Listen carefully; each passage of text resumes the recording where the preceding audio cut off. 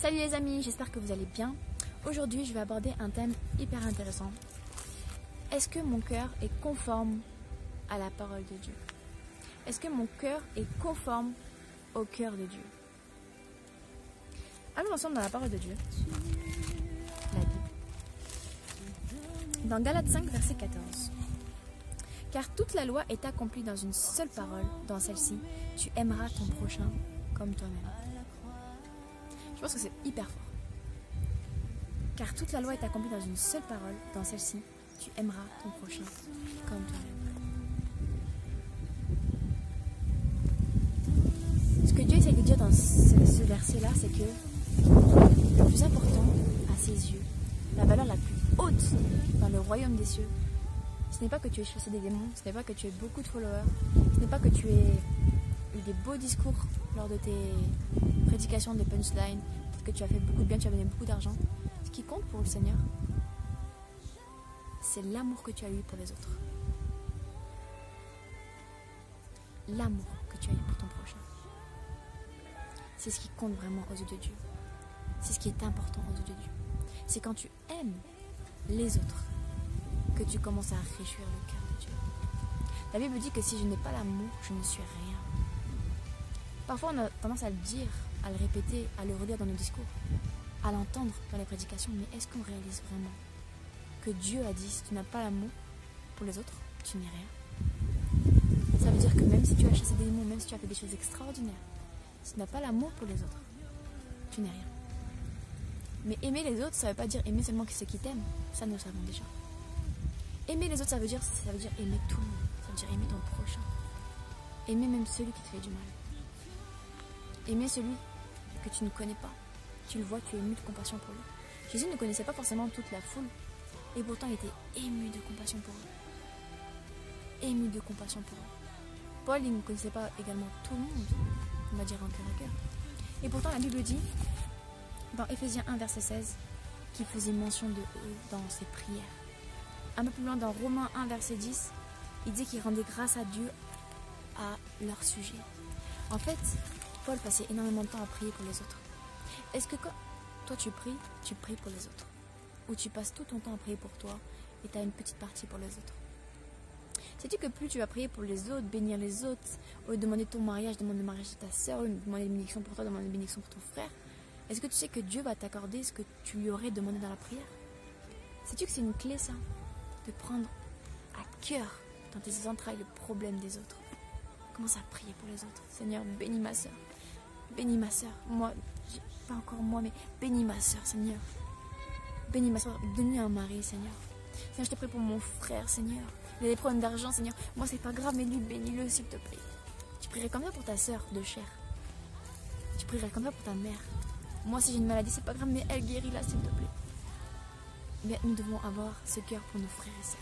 Nous devons être remplis d'amour. Remplis d'amour et de compassion dans nos prières.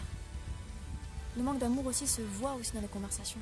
Quand tu es avec des gens, comment te comportes-tu?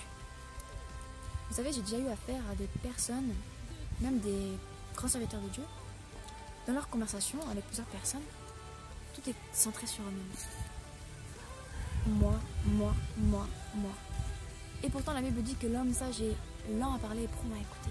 Est-ce que quand tu es avec des amis, tu t'intéresses à ce que l'autre dit, ou est-ce que tu es concentré sur toi-même, sur tes problèmes, tu as envie de partager ce que tu vis, ce que tu fais, ou est-ce que tu es plus concentré à écouter l'autre, à avoir de l'empathie?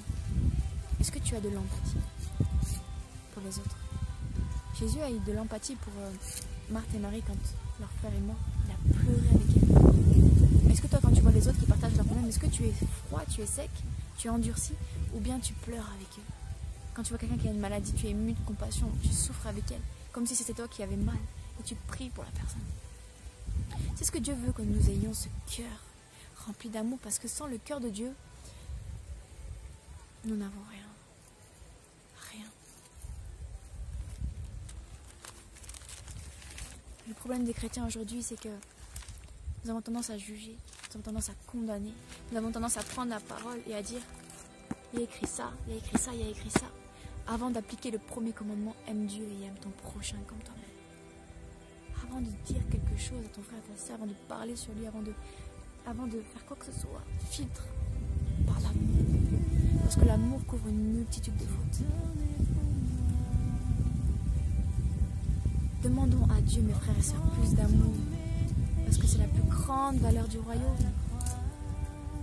Oh, Seigneur, que Dieu nous fasse la grâce d'arriver à ce cœur, le cœur de Dieu, le cœur du ciel.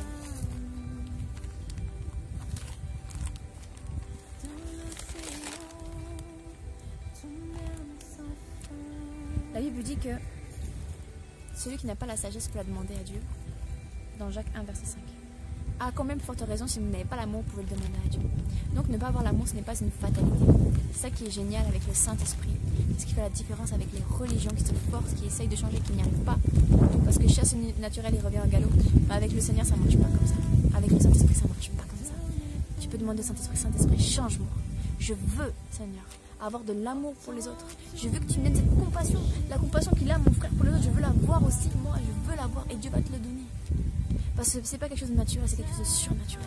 Et le Saint-Esprit peut œuvrer en toi. À ce moment, tu vas demander à Dieu, Seigneur, donne-moi l'amour pour les autres. Donne-moi l'amour pour les âmes. Donne-moi l'amour pour prêcher l'évangile. Pour regarder chaque âme à travers tes yeux. Et là, Dieu va te donner l'amour. Tu verras au fur et à mesure que Dieu va changer ton cœur. Tu vas commencer à être ému de compassion. Tu vas arrêter de parler de toi, tu vas écouter les autres. Tu vas commencer à prendre en considération ce que ton frère te dit. Tu vas commencer à prier pour les autres. Tu vas te concentrer sur les problèmes des autres. Tu vas commencer à prier avec larmes pour les autres. Tu vas commencer à t'occuper des affaires des autres plutôt que t'occuper de tes propres affaires. Et c'est là où Dieu va s'occuper des tiennes. Dieu va s'occuper de tes affaires. Occupe-toi du royaume de Dieu et sa justice. Et le reste sera accordé. Occupe-toi des affaires des autres. Commence à aimer les autres de tout ton cœur. Et tu verras que tu vas t'attirer de grandes bénédictions sur ta vie. Inconsciemment, sans le vouloir, tu vas dire, il s'occupe, il pense à ses frères et sœurs, il aime ses frères et sœurs. Moi, je vais le bénir. C'est le cœur que je voulais qu'il ait. Maintenant, il l'a. Je vais le bénir. Imaginez-vous le cœur d'une maman qui a 2 enfants. Et, je sais pas, un enfant se prive, se sacrifie pour son frère. Et nous, on a la possibilité aussi de bénir notre enfant. Par exemple, lui donner un bonbon, un exemple. Est-ce que vous ne pensez pas qu'il a donné le bonbon, mais nous on va lui acheter un bonbon pour lui parce qu'il l'a donné alors qu'il ne savait même pas que j'allais le bénir. Il lui a donné quand même, sans rien espérer en retour.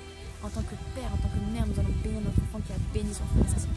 À combien de forte raison, Dieu, notre Père qui est dans les cieux, va nous bénir si nous nous occupons des autres, si nous prions avec cœur, avec compassion, avec amour pour nos prochains, pour nos frères et sœurs.